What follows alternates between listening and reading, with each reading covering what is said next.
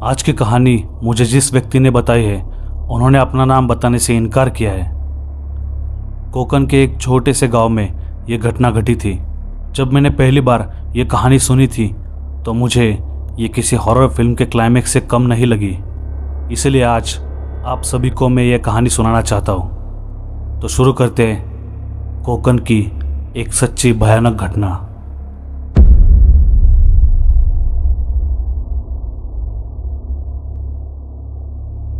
रात के 11:30 बजे थे। बस स्टॉप पर रुकी थी। उस बस में एक पैसेंजर नीचे उतरा और तभी उसे सामने से एक रिक्शा दिखाई दी। उस पैसेंजर ने उस रिक्शा ड्राइवर को एड्रेस बताया और रिक्शा ड्राइवर ने कहा, छोड़ता हूँ साहब, बैठिए। ड्राइवर ने मीटर घुमाया और रिक्शा शुरू की। उस बस स्टैंड पर उतने लोग नहीं थे उस समय और ऊपर से बहुत रात हो चुकी थी, इसलिए उस पैसेंजर को जल्दी रिक्शा मिली। उसे 10 से 12 किलोमीटर की दूरी पर जाना था, इसलिए उसकी रिक्शा ड्राइवर से बातचीत शुरू हुई। पैसेंजर का नाम विजय था। उसे ड्राइवर ने पूछा कि आपका गांव में आना कैसे हुआ, और वो भी इतनी रात को। विजय ने कहा, इस गांव में मेरे दादाजी रहते हैं और कुछ दिनों से उनकी तबीयत ठीक नहीं है, इसलिए मैं उनसे मिलने आया हूँ। ये बताने के बाद ये पता चला कि वो रिक्शा ड्राइवर विजय के दादाजी के घर के पास ही रहता था। फिर उनकी बातें और बढ़ने लगी, लेकिन कुछ ही मिनटों बाद रिक्शा एक नदी के साइड से जा रही थी। विजय ने ऐसे ही रिक्शा के बाहर देखा तो उसे उस नदी के नज़दीक उसके दादाजी दिखाई दिए।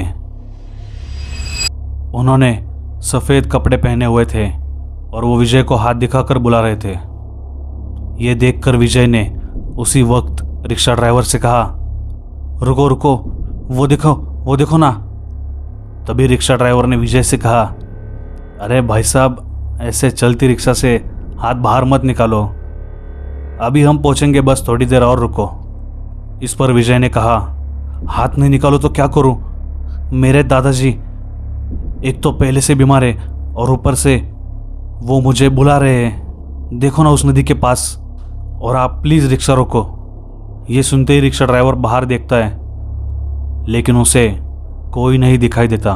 उल्टा वो विजय को कहता है, अरे भाई साहब सुनो, हम आपका सामान घर छोड़ देते हैं और फिर वापस आएंगे आपके दादाजी को लेने। लेकिन विजय ड्राइवर की एक बात सुनने की स्थिति में नहीं था।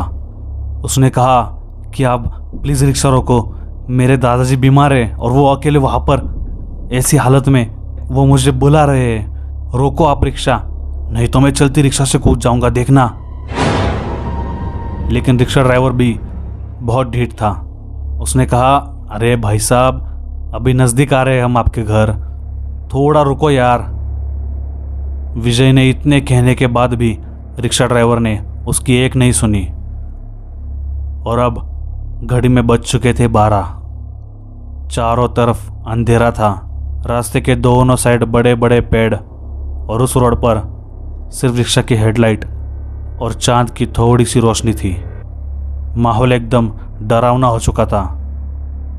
5 मिनट बाद फिर से विजय को एक पेड़ के पीछे खड़े हुए उसके दादाजी दिखाई दिए। फिर से वो विजय को बुला रहे थे।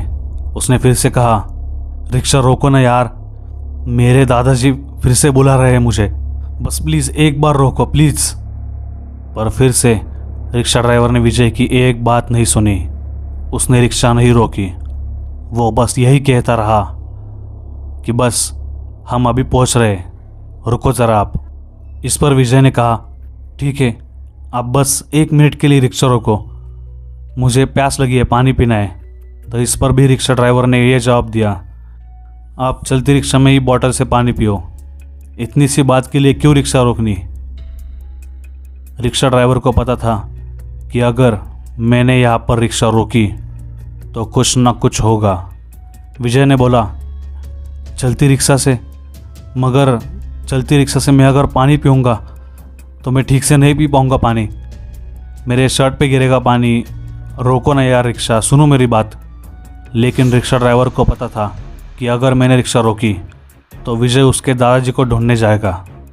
अब विजय को रिक्शा ड्राइवर पर गुस्सा आ चुका था, लेकिन रिक्शा की स्पीड इतनी तेज़ थी कि चाहकर भी विजय कुछ कर नहीं पा रहा था और आखिरकार कुछ मिनटों बाद वो दोनों दादाजी के घर पहुँचे।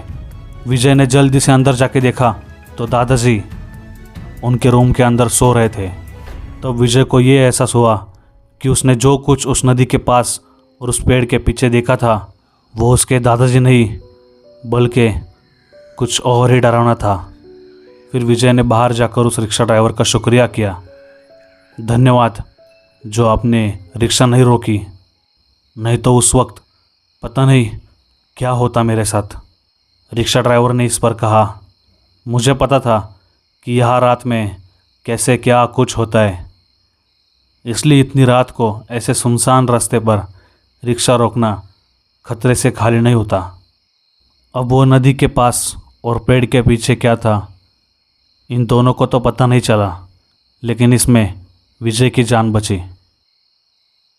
उस रिक्शा ड्राइवर ने तो विजय की जान बचा ली, लेकिन इंसान के जीवन में कभी कभी ऐसे पल आते हैं जहाँ उसकी मदद करने कोई नहीं आता।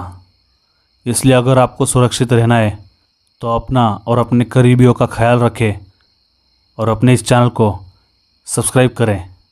ये वीडियो तो आप लाइक करेंगे ही और इसके साथ अपने दोस्तों से भी ये कहानी शेयर कीजिए जो दोस्त कहते हैं कि वो भूतों में नहीं मानते।